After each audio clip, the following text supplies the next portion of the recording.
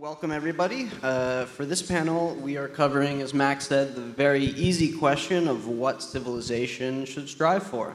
So we'll knock that out in like 30 minutes. Right.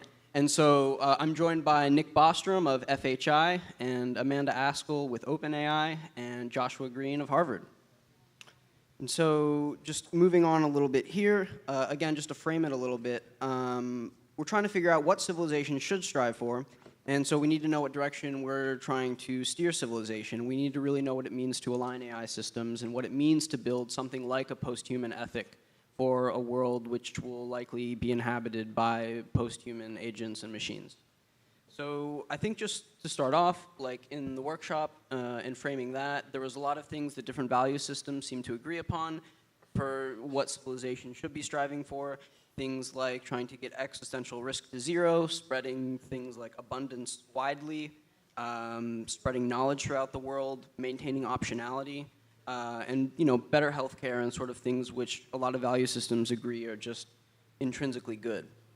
So in terms of what we can actually do today and action points that we can do to try and figure out what civilization should strive for and to set up ourselves for a world where we can make maximum moral progress, what does our panel think are some of these steps we can begin with?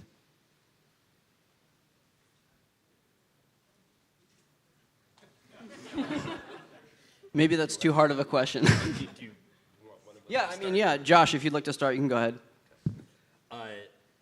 Well, I mean, I think we actually have a pretty good idea of what a good future looks like.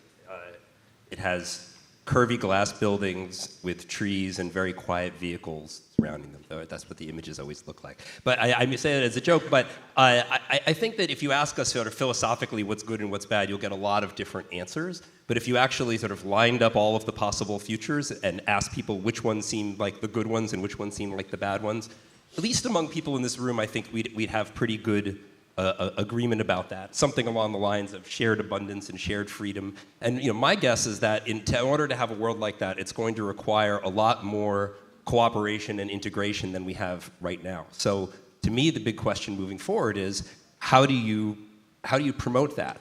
And we've talked about a number of sort of things to focus on specifically about AI. That is AI safety. How do you technically build machines that are safe, or governance, policy specifically for AI. But my guess is that what's most likely to determine our success is not the things we do specifically about AI, not that we shouldn't be working on those things as well, but about the quality of our governance more generally. The way I tend to think about this, I think I kind of acquired my worldview on these things most directly from Robert Wright in his book in the late 90s, Non-Zero, in which he argued that there's good news and bad news about the arc of human history. That is, the good news is that starting with cells to multicellular animals to small societies to larger societies, there is a path towards greater and greater complexity and greater abundance because there are gains from trade, because there are things that we can do with teamwork that we can't do as individuals. The bad news is that cooperation is always under some kind of strain. There's always some kind of temptation to defect from within or enemies from without. And especially at the highest level, things evolve because they outcompete other things. But at the highest level, what's going to maintain cooperation as opposed to competition causing whatever structure's in place to break apart? So a lot of, I guess, what I've been thinking about, not specifically about AI, is are there sort of non-obvious ways that we can build more cooperative structures? And I want to start with something very small and then mention a historical example that's very big. So when I was growing up, my parents refused to buy German products, especially a German car. And that made sense to me. They tried to kill some of our relatives. Why would you want to buy their stuff? Now, having thought about this stuff, I think that that's exactly the opposite. That if you want those terrible things to never happen again, buying the German car is exactly what you need to do. And one of the wisest things that the United States ever did was the Marshall Plan, where we essentially collectively as society decided to do what was not at all obvious at the time and buy the German car writ large. I understand that it was more complicated than that. We were vying for power with Russia and a lot of other things, and it's not such a simple story. But I think there's some truth to that understanding of it as a bold cooperative move. And I guess what I think we need to be thinking about, in addition to things that are specific to artificial intelligence, are what are the kinds of bold cooperative moves that we can try to implement with the abundance that we currently have, and in ways that sort of circumvent the problems that exist in our current political process. I've been inspired in part by the economist Paul Romer and his idea of charter cities, where you can think about one of his insights, if it's right, is that in some ways it might be easier to create something small and try to grow it that's good, that has good institutions, as opposed to taking something that's already complicated and messy and in some ways is corrupted and trying to fix it. And I wonder if, with the resources that we currently have, there aren't some clever ways to try to seed good cooperative institutions and grow them out in a way that compete with the problematic institutions that we already have. And I think that if we figure out how to scale cooperation from here, win the wisdom race by looking ahead rather than always having crises that force us to have good ideas, then that's the best way that we're going to get our brighter future and our glass buildings and trees and quiet vehicles. Right, and I mean, just in general, this makes me think that there's just sort of are deep questions about what the mechanisms and principles are, like, behind generating good futures. Like, what are the mechanisms by which good futures are generated, and which are like principles which are like lead to negative futures? Amanda or Nick, you guys have anything to add here? I think on that question, I guess my view would be that what we're generally trying to do when we create good futures is identify things that are robustly good, so things that we just have a lot of evidence will in fact create good in the world, wherever they happen to be. So like one thing that worried me a little bit when I saw the question for this panel was I thought to myself, okay, what should the goal of civilization be? How comfortable would I be with the answer that someone in like Europe in the 1930s would give to that question? Or like how comfortable would I be with the answer that someone in like medieval England would give to that question? And I'm like, I think the discomfort there comes from having some kind of like unified specific goal. Often, we have those goals, but they change over time as we like discover new things.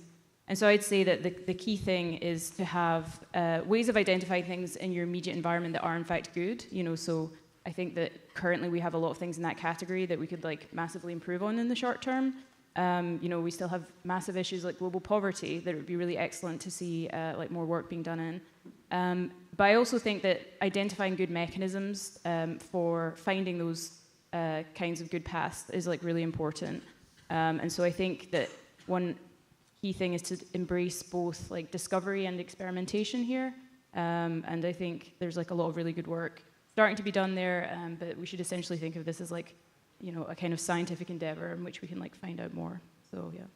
Right. I mean, positive, beautiful futures don't come randomly in the next 30 years. They are born because in each moment every day we choose to do the right thing, or we choose to make the world better in some way. And so there's obviously a ton of problems now, and so if we want a positive future, there are a lot of like sort of obvious and very mundane things that we can do, I think, to make it a really great and beautiful future. Like, for example, we get caught up in all of these beautiful utopian visions and arguing about whether or not hedonic consequentialism is like the best thing ever or the worst thing ever. But we have very like practical things which we could be doing now to move ourselves to like much better futures. Nick? I think the question, what civilization should strive for, is slightly odd in that civilization is not an agent. It's a little bit like during the Middle Ages, people would kind of impute agency to all sorts of inanimate things. So you might say the weather, what should the weather strive for to provide a suitable balance of sunshine and rain? And we can ask the question what we want or what is good. But does the question what civilization should strive for entail anything beside the answer to those more familiar questions? To the extent that civilization is something that has agency, I guess I would agree with what Brian said in that trying to create better cooperative institutions would be something sensible. If we do compare civilization to an agent, it must be a very mentally ill agent, because different parts of civilizations are battling other parts of civilization. So it's somebody is kind of in a fight with himself. So it's like stopping that would be a first sense to word sanity. Yeah, so I think I'd like to open it up now to group discussion. There's a lot of people here that I think have probably a lot of awesome thoughts about this. So I'd just like to open up now to general questions, and then we can see where the conversation goes. El Mahdi? Thank you. Coming back to Nick's analogy with the mentally ill person, like now the question is like, I keep the analogy. So this mentally ill person would receive some medication. Hopefully it works, and those fighting parts in his brain or her brain will settle down to an agreement, and then he will strive for survival, finding a job, and being happy and reproduce, etc. Like I see this analogy can go on like this, but like imagine the mental illness of civilization was solved. Is there something we strive for, or no, or just go on, keep on? On what? Yes, you could ask a general question about what is better and what is worse. So if you're asking what ought civilization morally to strive for, if civilization were an agent, then that would then require some moral theory to try to specify what has value or what the obligations of different actors are. I think there are some distinctive aspects to the question if one asks it in this context that maybe don't arise so much if one is thinking about sort of individuals. So the question of so there's like a smaller scale versions of individuals, but I think they kind of look quite different in this context. So if we are thinking about the future, it might be that almost all the inhabitants of the future haven't yet been born, and so there's the question of which new kinds of entities to bring into the world. So population ethics become important. There is the giant space of different types of existences. Like all humans are kind of the same, and then we have animals that are sort of smaller versions of humans, but digital minds, like this vast space of weird stuff, some of which could be very good and some less good. So there is the possibility, which is often I feel overlooked in these kinds of conversations, which is that we tend to think, there's the human species and we've got to optimize something, and maybe we have to make sure the AIs we create are treated well. But it's also possible that we're not alone here, right? I mean, so there could be extraterrestrials either within our future light cone or outside that, but that might have an interest in what we do, and there might be at other levels of reality as well, like simulators and such. So I think getting into some shape where we have cooperative institutions within our civilization, but also then develop into something that could play a kind of cooperative responsible role in this wider scheme of things, where we don't try to create a kind of max greed AI that is willing to ride roughshod over all the other things, but something that is more suited for entering into a much bigger world with maybe established powers and long traditions as a kind of citizen that knows its role, I think could be very important as well. I'd like to hear more from Josh about how we can move in shorter term towards what you've been talking about. Well, I guess I've been thinking a lot, I'm not saying this is the answer, but this is just what I've been thinking about, is that economists and historians, when they think about promoting cooperation, they think on a very macro scale. And when psychologists think about cooperation and conflict resolution, they think on a very micro scale. And my guess is that you need both of those working at the same time. That if you just said, okay, Israelis and Palestinians or liberals and conservatives or whatever it is, come together and have a business, if you're not managing those personal, social, relationships well, if you're not thinking about people's emotions, if you're not thinking about people's identities, if you're not thinking about what is my priest, what is my imam, what is my best friend going to say about my being here, if you're not thinking about all those softer issues, the whole economic thing is going to fall apart. But if all you think about are those softer issues, you're not going to solve the problem, and not solve the problem fast enough for it to be useful. So, if I had all the money and power in the world, and I had two groups of people that I wanted to try to get them to work well together, I would try to structure something like an enterprise zone or an ecosystem where you have people engaged in productive labor, but where you have certain rules and expectations about what the power structures are likely to be like, down to the level of personnel. And when you recruit people for this, you don't just recruit them. You talk to their families. You talk to to whoever's important to them, and in some sense get their buy-in and get their blessing. And you do this incrementally so that no one ever has to take too much of a leap in terms of who they're working with, right? And so that's sort of a rough sketch of, I think, at least the aspect of the problem that I've been thinking about, is how do we think about the macro and the micro at the same time to bring people together? Wendell? Yes, I'm just wondering whether it might be helpful for us to think about this question a little bit differently. So the last 300 years, which are sort of thought of as modernity, the values were set by, 16th and 17th century philosophers, and they put the individual, they put science, they put reason at the center of the collective agenda without having any idea where that would take them. And I think we're really in a similar situation here. We don't truly know what will unfold. An awful lot of what we talk about is our ideals for humanity.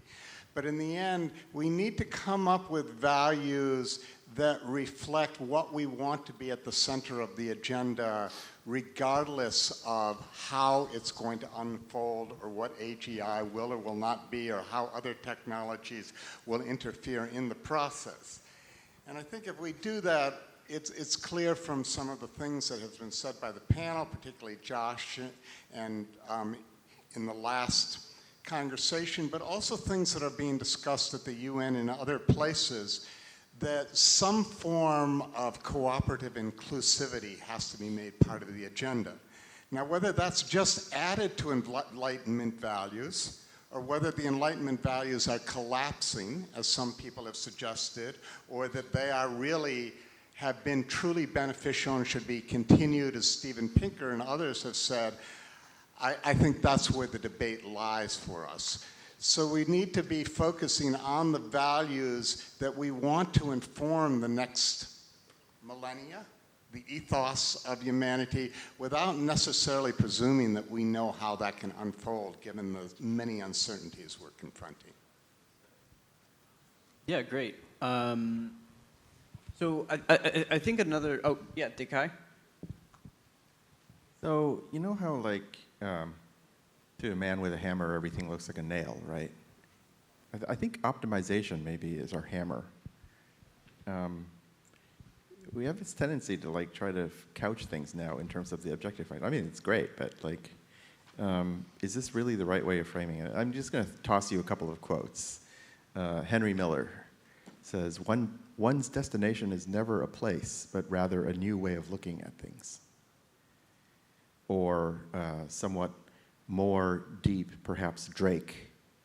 Sometimes it's the journey that teaches you a lot about the destination. I think that these sort of express maybe a bit more Eastern thought, right? It's a bit more Taoist. It's more about each person individually finding their path, right? And when you have a complex dynamic system like that, you've got a lot of distributed pathfinding going on. And as we know, the most interesting systems like that, it's not necessarily the case that we can find a neat closed form objective function to optimize. And maybe that is what is interesting. So, like, I think I kind of agree with you, but I'm maybe going to phrase things slightly differently. I think one way to think about these kinds of questions that we're talking about here are that, like, what should happen very long term, and then just, like, aiming at something. That's something that you can do when you have like a lot of information about the future paths that are like available to you. When you don't have a lot of information about what those paths look like, I think it's much more important to just identify like next steps that are good given all of your evidence, and that will like hopefully put you in a good position to identify like further next steps, which are like also good given your evidence. And so sometimes when it sounds like people are talking about optimization here, I don't think it's with respect to a single goal. It's often with respect to like methods. You know, so the things that I will often say here are just like, look, preserve option value, like, and people who want to do things like reduce existential risk, or just like make sure that we don't end up, you know, with kind of like bad values that we don't like, being kind of fixed in any way. That this is like what they're expressing, I think, and also like, you know, maximize like information value as well. So like find out more. Those things aren't like these unified single goals, so they can look like it, but I don't think that we're kind of falling into this optimization trap when we talk about things like the importance of cooperation. That's also just like kind of a method for getting value and a method for like discovering new things. And it's the same with like information value and option value. So I like to think that we're actually thinking more in the kind of incremental way than maybe that would imply. So it sounds like you're thinking more at the individual agent level, resource-bounded optimization. Is that right? Yeah, although I guess like, so this applies to individuals. I think what Nick said was kind of right in that really you have to think in terms of like agents with intentions, and it's not clear how you do that over groups, for example. But if you can, I think that many of these lessons apply to groups as well as to like individual agents. All right. So if you were all to distill your vision of what civilization should be striving for, or how civilization should be striving to figure out what civilization should be striving for, how would you distill your vision? For Anthony. Building bigger, better cooperation. Preserve options, get information, do good stuff.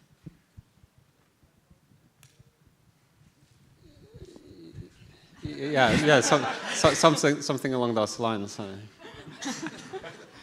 So just to wrap up here, as we're moving towards better and better civilizations, we obviously don't know what we want, and we don't know what we think we should want, that we should want or want, you know.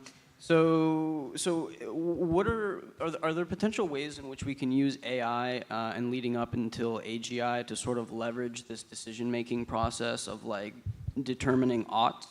Like, what is it that we ought to be striving for? How are ways in which we can use AI or AGI to amplify human moral decision-making and human decision-making and understand human decision-making with regards to like value, with regards to which world states are better than others? I think we're on our own for a while. I don't think that we're going to get much moral help from machines until we're much farther along. Yeah, I do think when you have like much more advanced systems that are like very capable, you want to make sure that those systems can like, or like I think ideally they can assist you in like, you know, showing blind spots that you have, for example. So, you know, if I can be convinced that I have a moral blind spot that I didn't think I had, I think that's like a really great thing, and I would love something to assist me in that. So I would like such assistance, but I think it's correct that like you wouldn't expect to have that until like you have pretty capable systems. Okay. Yeah, I guess I'm not fully convinced about the premise, which is that we want to maximize the morality of our behavior.